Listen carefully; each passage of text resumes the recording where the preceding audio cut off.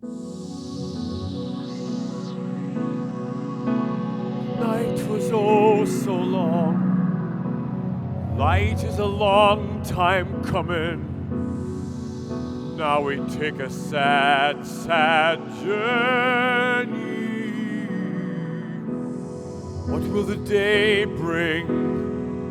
What song shall we be singing as we take this long, long journey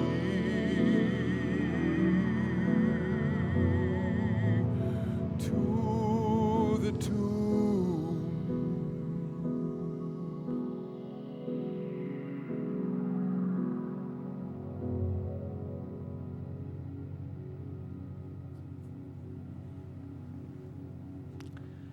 Early Sunday morning, as soon as the Sabbath restrictions were lifted and they could in good conscience travel distances, 3 women left Bethany for Jerusalem: Mary Magdalene, Mary Salome, and Joanna.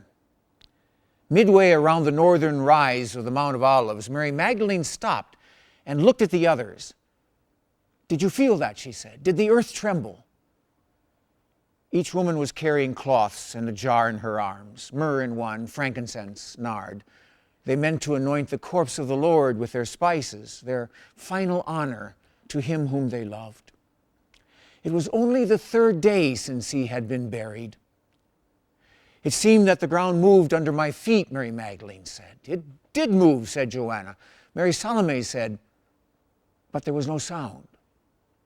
Neither was there light yet, though the stars were dimming in the charcoal sky. Dawn was behind them. "Let's go. Hurry, please, hurry." They skirted Jerusalem on its northern side and then turned south to the garden in which Joseph's tomb had been newly hewn in rock. Mary Magdalene was peering forward and muttering, "But who'll roll the stone?" She couldn't make out which sepulchre was Joseph's. The wall of the city was on their left, blocking any eastern light. All the tombs were in shadow. Suddenly, Joanna shrieked and dropped her jar. Mary Salome dropped hers too. It shattered. A pillar of white light, bright as a blade, had shot down from heaven and stood on the stone of Joseph's tomb. The stone was lying flat on the ground. Mary Magdalene gasped. The dawn air smelled of myrrh. A voice said, "Don't be afraid." It seemed to Mary that the light contained the figure of a man, glorious in every aspect, and so bright that brightness itself was his clothing. The man said, "You seek Jesus of Nazareth, who was crucified. He is not here. Behold the place where they laid him, and then run to his disciples and tell them that he goes before you into Galilee. There you shall see him as he said to you." The light withdrew into heaven, leaving the women blinded and terrified. That voice had been no consolation. Mary Salome gathered her robe up and started to run back the way that they had come. Mary Magdalene, void of all expression, began moving toward the tomb itself. "Mary, don't!" Joanna rushed forward and pulled at her sleeve. But then she shrank back from the open tomb, wailing, "Mary, please! It was an earthquake. It was the Romans or the wrath of God. Whatever happened," she said, "it's all over now. Please, Mary, let's go." Mary Magdalene did not respond. The small, solemn, pale woman now knelt down directly in front of the black hole in stone. This was more than Joanna could bear. "We can't tell anyone," she cried, and she dashed after Mary Salome. Mary Magdalene bent forward and stretched her hand into the shadow of the sepulchre. Cold air, a dead air, but no odor. On the right side in darkness, she touched a flank of hewn stone. With her fingertips, she measured upward 1 cubit and came to its surface. This was the ledge upon which they had laid the body of the Lord. She reached deeper into darkness, preparing to touch his rigid corpse, but she found nothing. She felt nothing. Nothing was there. Mary's stomach twisted. He was gone. He was gone, as the blinding white figure had said. Mary jumped up. Daybreak. There were flecks of golden fire over Jerusalem, south between the stone wall and the hill of crosses. She ran through the garden gate into the city and up the road that had led to Zion. Mary ran to the house of the Essene and beat on the door. She beat and she beat until someone came and opened it. And then she rushed through the vestibule, out the back to a second building built higher than the first, up its stairs to another door which was locked.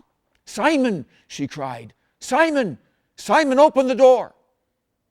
Not since Jesus had driven the demons out of her had Mary moved with such strength and ferocity. If Simon did not open the door soon, she had a mind to crack it like a cask with her forehead. Behold, Mary Magdalene is crazy again. But Simon did open the door. And Mary immediately was chattering, "They took the Lord out of the tomb, Simon, Joseph's tomb, the tomb itself, and we don't know where they put him." Simon grabbed her and demanded, "Are you sure?" Mary said, "It was dark, but I put my hand in." But Simon Peter was already racing down the steps and out into the street. John cried, "Simon, I'm coming too." And he flew past Mary. He ran so fast that he outdistanced Simon. Mary followed both men. She caught up to Simon at the garden gate, and when they both came to the tomb, they found John kneeling at the entrance, peering into it. Simon pushed John aside and went in. The morning light had strengthened, and Mary could see what Simon Peter was looking at. There was the shroud, still in its windings on the ledge, but flat. And there was the cloth that had covered Jesus' head, rolled up in a place by itself. Now, John, too, crawled into the tomb. The two men crowded the small space, so Mary pulled back and stood aside, shifting her weight from foot to foot. When the men came out, they were shaking their heads and saying nothing. "Simon," Mary said. "John." But they began to walk away, each one consumed by his own thought. Mary ran ahead and stood directly in front of Simon Peter. "What are you going to do about it?" she said. "How will we find the place where his body is?" Simon put his big face close to hers. She saw his jowls trembling. "Leave it alone," he said. "Don't you think we're in enough danger already?" Then he walked away. John followed. Mary watched until they disappeared into the city. And then, finally, she began to cry. No, Mary Magdalene was not strong again. She was weak and helpless and sad and desolate. And now that the tears had begun, she could not control herself at all. She went to the place where Mary Salome had broken her jar of myrrh. She knelt down and gathered the pieces and tried to fit them together again. But she couldn't. She could hardly see. Weeping filled her vision with such a rain of sorrow that all the world was blurred. Mary dropped the clay shards and howled like a small child lost. Yes, Mary is crazy again, and she doesn't care. She does not care. "Woman," someone was calling to her. "Woman." It was a clear voice, breaking through the morning and the roaring in her head. "Woman," it said, "why are you weeping?" Huffing with her sobs, Mary looked up and thought she saw the gardener coming. "Because they took my Lord away," she sobbed, "and I don't know where they put him." The man said, "Who are you looking for?" "Oh, sir," Mary said, rising up, "if you're the one who carried him off, tell me where he is, and I'll get him myself."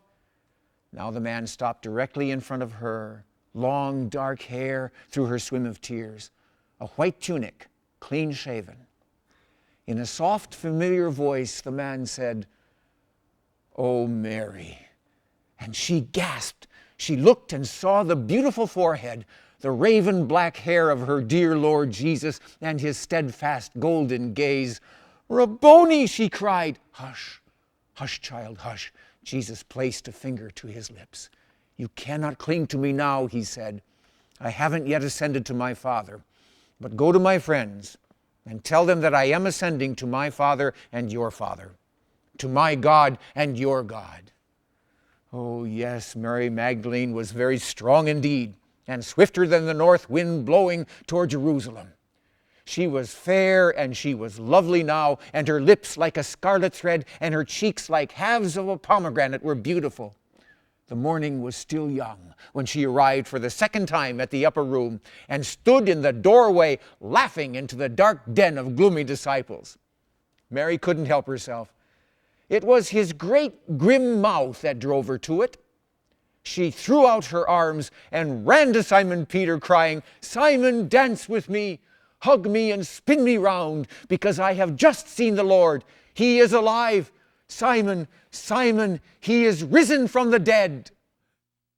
Whoa, dance, Simon, dance. Hug me and hold me and spin me around and dance.